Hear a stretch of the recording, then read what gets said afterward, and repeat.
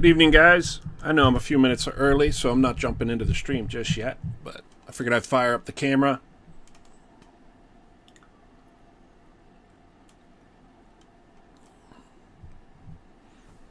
In a few, I don't know when I'm going to do it exactly, but I'm actually going to do, there's a game that I'm going to stream. If you ever see me streaming like gameplay, video gameplay and such, just know that that's all bonus to whatever I'm doing for the business. I'm just doing that for the fun of it, you know. And I have a fishing game that I want to actually stream, and I'm not going to jump into stream that tonight, but I want to run my gaming program just to test it and make sure it's working good. So this is a test run for a few minutes here at the beginning of this live stream. If you guys, if you're catching up to this video later, just jump forward until we actually go back to full screen and we'll start talking fishing. But I want to make sure the volume and everything works on this correctly. I think that sounds good. Let me know if the volume sounds good, would you? Can you still hear my voice and the gameplay is not too loud?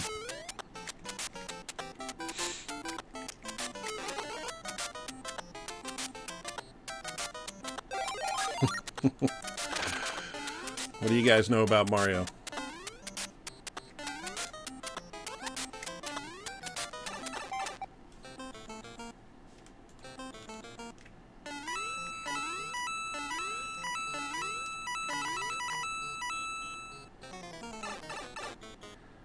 Seems to be playing smooth, but I've got a video game that's it's a bass fishing tournament. Oop, almost got hit. And I want to be able to do that game, so I'm just kind of doing this one for the fun of it. Woo. Just trying to test it out. Oh man, I missed the jump. On this live streaming, there's just the littlest bit of lag. So when I push the button, it's just a moment later than I should have. I swear that's what happened. It makes everything just a little bit more difficult because of that little snap of lag. The way you're supposed to do this is you're supposed to have a separate monitor and all that stuff, but your boy is not that dedicated to it. Anyways, so I'm going to get ready for the live stream, guys. Hope you're doing good tonight. We're going to talk about the striped bass fishery here at Raystown Lake. And I don't think I need this, actually. Does everything sound good? Let me know if there's anything that needs changed. If there's any echo or if anything's just off balance, just let me know ahead of time if you could, and I'll fix it right now at the beginning of the stream. Otherwise, we got like, 4 minutes or something like that, 5 minutes. We'll wait so everybody knows that the live stream's on. I'll tell you what we can do. We can jump on and look at the dam conditions. I wanted to jump onto here anyways. I've noticed that, so we're right there at conservation. We're right up to it, within a foot. So the docks should all be serviceable. But I looked at this earlier and I thought it was kind of crazy. From the 17th until presently, the depth of the water, if you track it there, it's going up incrementally. And it's been going up in depth so slow. Not even an inch a day. Just incrementally. For like the last week or so. And then we finally got up here to this position. Now we're sitting at about 785 feet. So we're just about a foot low. But the dam is just right there. We're right at it. So it's looking good. The Army Corps did good for us, I think. I think the Army Corps did good. Yeah, thank you. I appreciate it.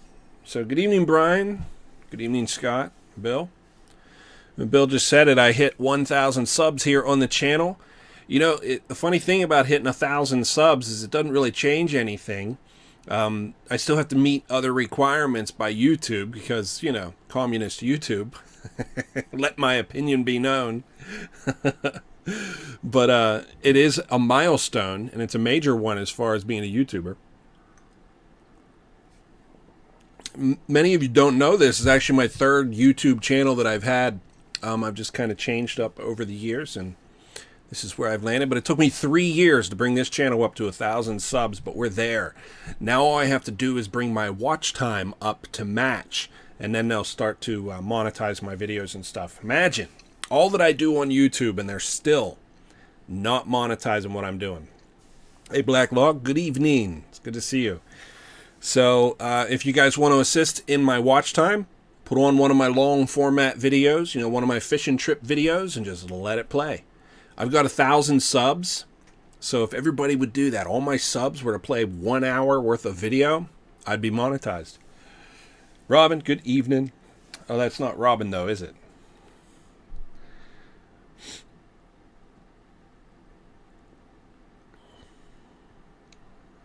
All right. Just about 2 minutes, and then we'll get started. Thank you, Scott. Appreciate it. Charles, good evening. Yeah, so we're going to talk striped bass, and I need my notepad. Let me grab it.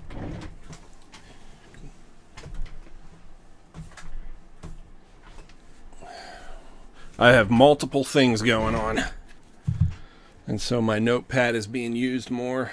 For more than just one thing. Guys, look at the top of my head. Look at this. I like scalped myself. And it's the most embarrassing thing. We've got these like 50-gallon drums that we use for the trash can.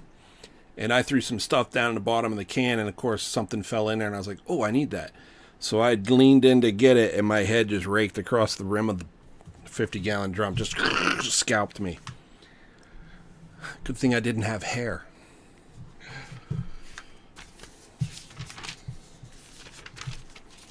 All right, very good. Well, you didn't get out yet, but soon enough. Soon enough. Today I just saw we had snow coming down here at my place. So don't think you're late. You're not late, that's for sure. All right. So I'll go ahead and get started. We're right at 8 o'clock. You guys, if you didn't know, we do these live streams Monday nights at 8 p.m. And I'm going to keep this up as long as I care to. I don't know how long that'll be, but I'll try to give you guys a warning if I'm going to back out of it, for a week, or if I'm going to shut it down for the season or whatever it is I'm going to do. I'll make sure you guys know. But for now, Monday nights at 8 p.m., we'll come in, we'll do this little time together. We'll do a little study, if you will. So if you plan that, you can actually take some notes, or you can just watch the video, whatever you got to do to learn. Most of the time what I'm doing is I'm going over what we would call just the basics, the fundamentals. I have a long-standing belief here at Raystown Lake.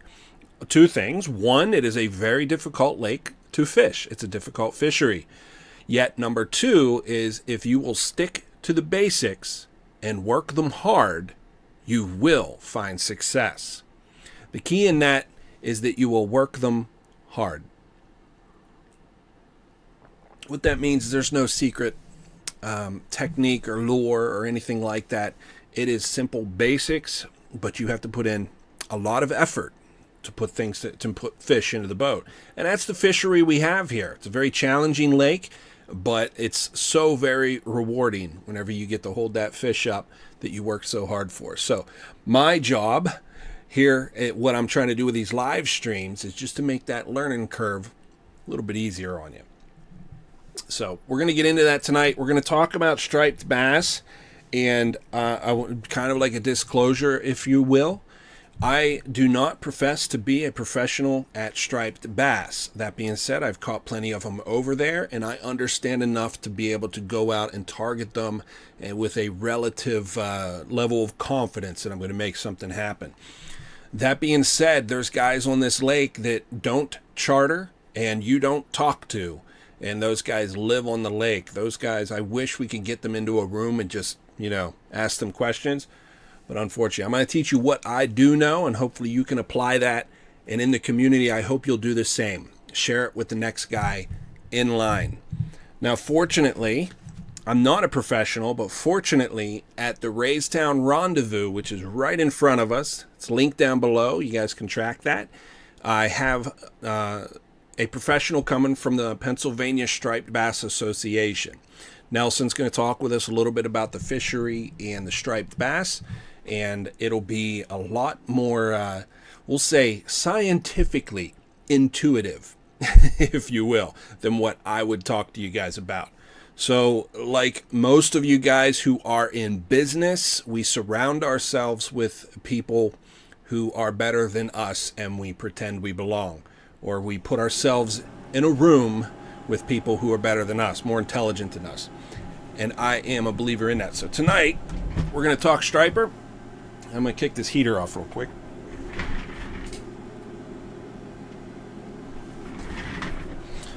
And as we do talk about striper, I want you guys to keep that all in perspective, okay?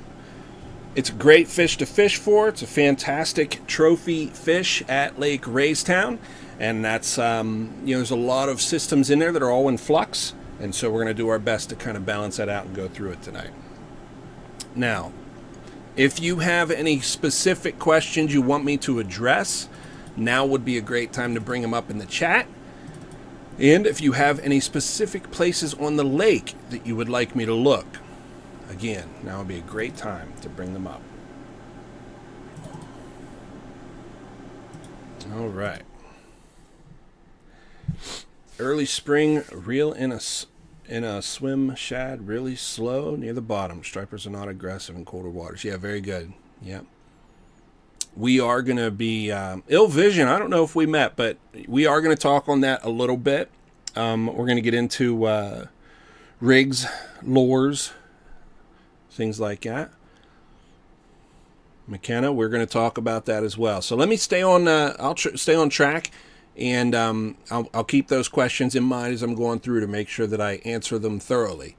Okay? But I'm going to stay on. I have kind of a itinerary for my streams, but I think I'll cover that. All right. Great.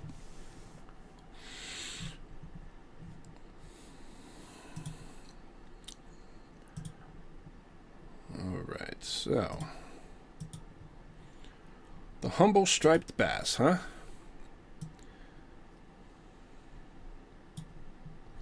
Yes, I'm going to talk about hooks as well. Well, here's your striped bass. I put this picture on as a thumbnail. You can see it, but the interesting thing that I saw about this picture here, maybe you can read it right at the bottom here. It says striped bass, stripers, can reach 20 pounds and even 22 inches in length. Show of hands. Those of you who've caught striped bass, have you experienced a 20-pound striper or more? And even more importantly, how many of you have caught a striper over 22 inches? This picture has some great information on it too, but I wanted to point that out to you because not everything you find on the internet is the whole truth. We know there's a lot of striped bass that are much over 20 pounds and, of course, well over 22 inches. But that being said, there's still some good information to take off of the thumbnail and, of course, this first picture here just for identification purposes. Really the only two fish that you might mistake striped bass for at the lake is a hybrid striper, and I'm going to tell you that they are probably better eating than striped bass, but we're really splitting hairs. They're both great fish. And then you might do like I did and catch a white bass and think it's a striper. Many years ago when I was fishing the John boat, my first ever striper was a white bass. I just didn't know what I was holding, but I was super excited. It was a big white bass, but I thought it was a striper, a little striper. But those are the only two I think you'll mistake them for. But nonetheless, that's just a diagram for you to use for identification. I found this picture while I was kind of cruising the net. And what you're looking at here is essentially a bait pod. And if you look out here, you see these little breaks right here, these little swirls right up here on the top. This is your striped bass just breaking the surface out right here. And they're chasing this bait ball. And we got 3 lucky fishermen that were down here on the surf just in time for it. Imagine how happy you'd be, guys. Imagine how much fun that would be right there. And if you look out here, you'll see a couple things. One, birds. So if you're at Raystown Lake and you see breaks on top of the water like this, usually near the shoreline, because this is one of the methods a striper use, is they push the bait up against the wall, which is the shoreline, and they kind of feed. The birds will start to show themselves as well because they learn this as well. So they'll look for those breaks and they'll come in there and they'll pick off the bait that's on the top because that bait's trying to swim up and into shoreline, and invariably they just go to the surface and the birds can pick them off. So the whole system, from the fish to the birds to the fishermen, the whole thing is working against that bait and everybody's being an opportunist here. The striper, the birds, and these three lucky fishermen down here, we're all opportunists. And this situation is non-typical situation. It doesn't happen very often, but if you're lucky enough to catch up to it, that's how you would address it. As a side note, it's kind of funny back here in this corner right here, you see all the fishing boats? They're all way out there. Maybe they should be in here on the shoreline.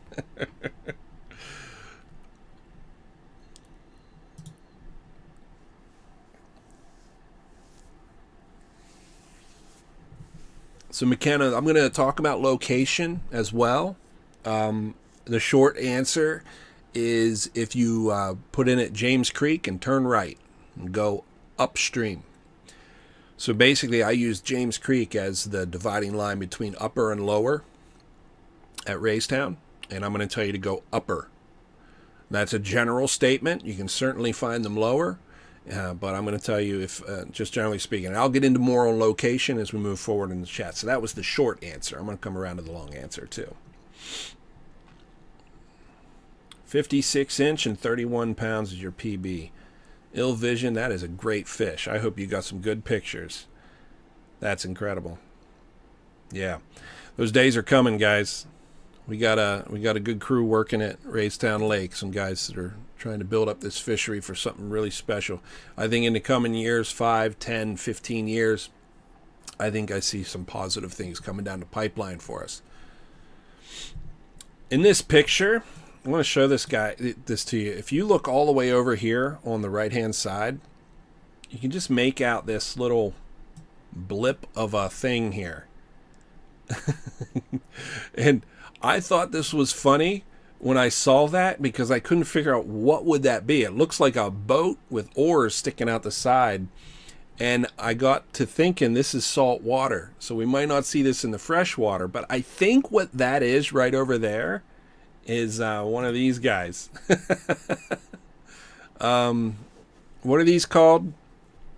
They're like Mona or something like that. Mona, is that right? I forget what it's called, but it's a sea fish. Of course, I think they call it a sea sunfish. I think Mona.